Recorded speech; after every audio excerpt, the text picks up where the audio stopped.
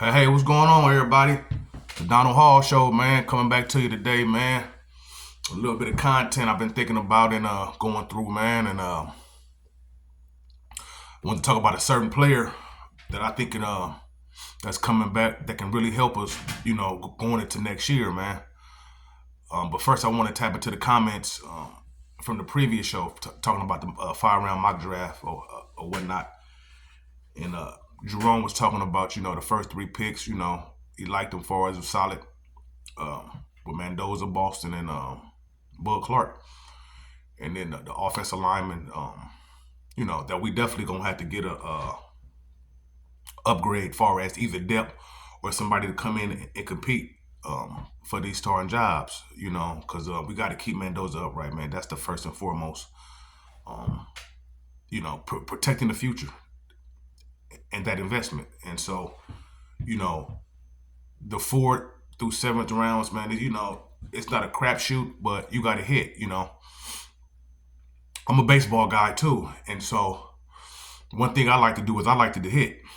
And so I believe in taking your hacks, man. So you gotta take your swings. You gotta take your hacks, man. And 4th through 7th round, you can come up with some good special team players and come up with good starters, man.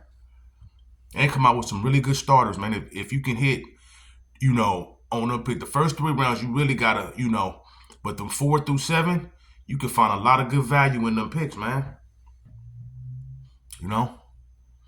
So I think we on the right path right now with free agency, all the stuff that we done did, keep trending up.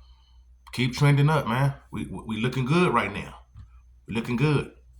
Frank was talking about the same thing as far as the draft, Frank Garcia, first 3 solid and 4 through 7, just getting the right value for these players, on the things that we got to hit, because we need a lot still, as far as O-linemen, cornerbacks, safeties, everything, man. And so just over the years, man, there's been a lot of good, 4 through 7 picks, man. I mean 4 and 5 draft picks, the 4th round and 5th round, man. You got great Andre Reed, and our own Max Crosby, Lester Hayes, John Stallworth from the Steelers, Rodney Harrison. Them all 4th and 5th round draft selections. Puka Nacua, Richard Sherman, all 4th and 5th rounders, man. The great Steve Largent. Going back on some history now, y'all. So y'all stay with me. Y'all stay with me. But you can get high value players. The great Zach Thomas. Come on. 4th, 5th round, 6th round. You can hit it, man.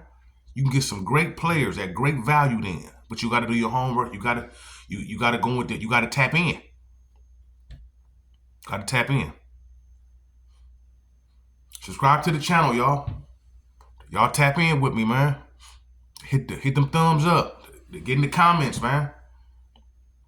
Get in the comments. We only about just under 2 weeks away, from the draft. So we almost here. We almost here now, man. And so I'm looking forward to it, man. I'm excited about it. And I think we're going to do some good things, but continue to do some good things, man. I like to continue in part. Continue to do some good things. But in that 4th through 7th rounds, you can get some high quality starters, man. Obviously, with the list I just read, you see a lot of great players on that list. Hall of Famers, man. Hall of Famers. And so, y'all tell me what y'all think, who y'all like, man, far as in the 4th through 7th rounds in the draft. Because them just as important picks, man, as the first 3. Just as important, man. That can fill a roster out, have great starters, have great depth. We can run that. Definitely can run that, man. And so, Spy Tech, he got to do his diligence, which I know he will, going through them rounds, man. Because getting Mendoza, that's just the first step. but everything got to be rounded out. Everything got to be rounded out. I mean, when you go to start at pick 2, that's when it really starts for us. Rounding out our roster. Rounding the roster out. That's when it starts. It's going to start on Friday. We already know Mendoza coming.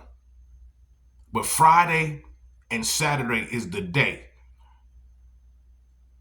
that can start to build the foundation truly of where the Raiders are going next. You know? And so what I want to talk about now is kind of leading into that, as far as one player that I got my eye on that I want to see come back and do great things. And that's Malcolm Koonce.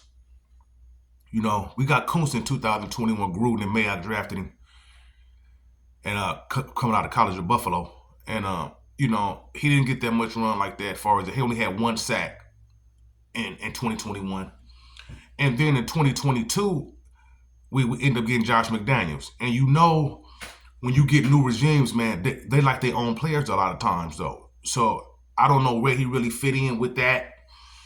With the McDaniels crew, he didn't get no sacks in 2022.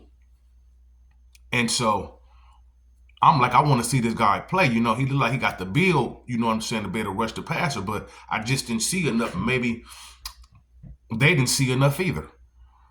And so, and like I'm saying, with the new regimes, they like their own players. And sometimes they just don't really want this guy, don't want that guy. You know what I'm saying? They want to start fresh with a lot of people that they drafted. And so in 2023, I know Antonio Pierce was on the staff at the time with me. I think he was the linebacker coach. And so after McDaniels got let go in 23, after the 9th week, I think McDaniels left when they was 3-5, and then Pierce took over. And then that's when Koonce got a chance to really play. And over them 9 weeks, he had 8 sacks. He had 40 tackles that year. But he had 8 sacks in them 9 games, man. I mean, Koonce, we already know we give him Crosby on the other side. But when Koonce had stepped up like that, it seemed like it made the whole defense just go to a whole nother level. Them first 8 weeks, when McDaniel was there, I think they was ranked about 26 in percentile as far as the defense. After that, when Pierce came and Koonce started playing the way he played with them 8 sacks, he had 3 forced fumbles, 40 tackles for the year, they was number 1 in percentile in a lot of categories on defense, in top 10.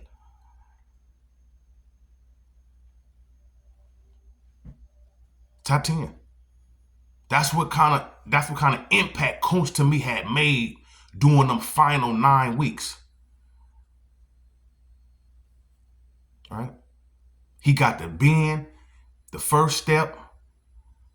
He got good hand movement. The dude was he was coming on. And then he tore his ACL. And you know with that, it takes a while. It takes a while to get back. It takes a while to get back, you know. And so last year he only had 4.5 sacks, which I kind of expected. You know, it's going to take some time. But I'm glad the Raiders got him back on a 1-year deal. And they signed him last year on a 1-year deal. And that was the year where he had the 4.5 sacks. But they brought him back this year again.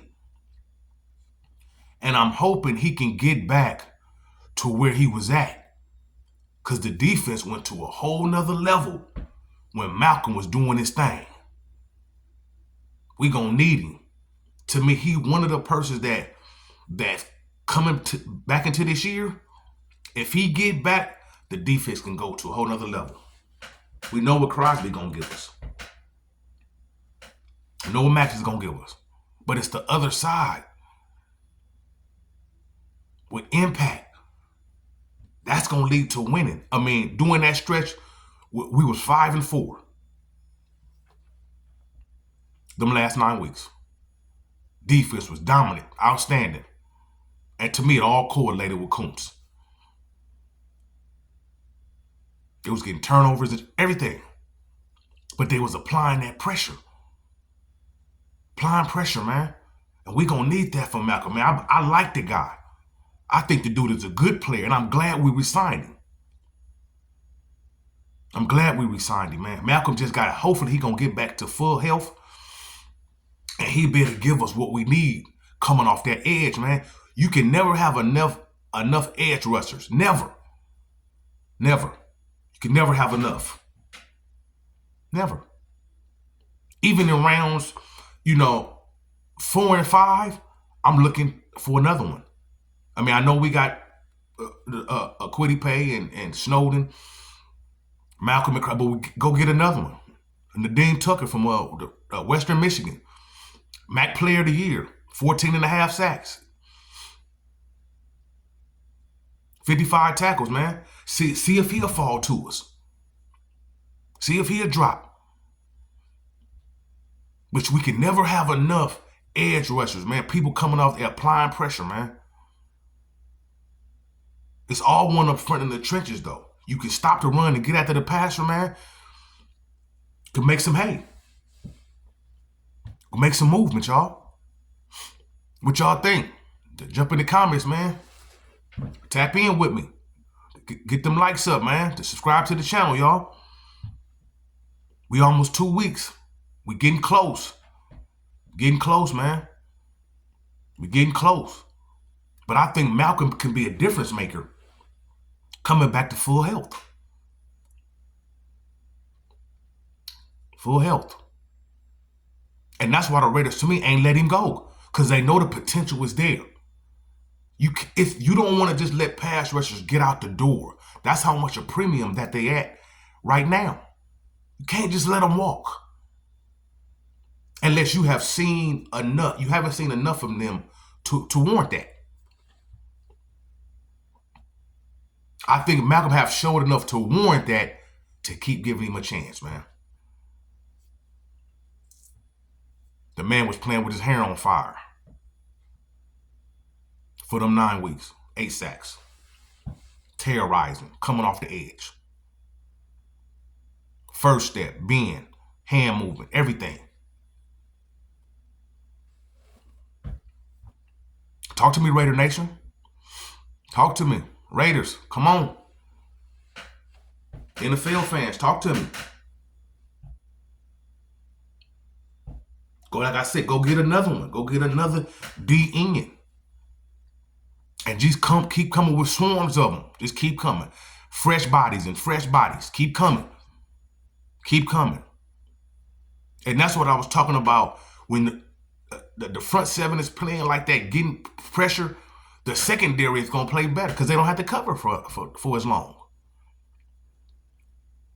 They can make an okay secondary look good. But you got to have the personnel. You got to have the talent up front, man. And so I think Malcolm, to me, is like a welcome addition again. Giving him a chance to get back fully healthy and hopefully getting back to where he was at in 2023, man.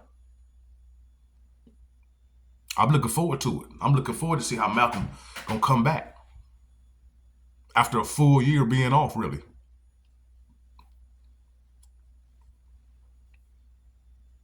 And so,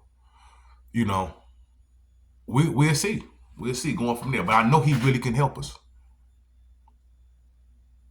So I just wanted to tap in with y'all, man, and chop it up, man, just about the end part of the draft, 4 through 7, and where we should go. And we can get some high value players, man. Some starters. You saw the list. Hall of Fame players. Great players. With that, we got to tap in too. And so probably on my next, podcast, man, I'm going to get into, it's about 2 or 3 players in year 2 and 3 I want to tap into, man, and talk about their extension and what I think, what I need to see from them coming up. So get your Silver Age t-shirts, man. SilverAgeTees.com, man. You know, get the t-shirts and the heavy threads apparel, man. The hats, the bucket hats, sweatsuits, t-shirts, long sleeves, short sleeves, man. Tap into it, man. And I'll talk to y'all later soon, man. All right, gone.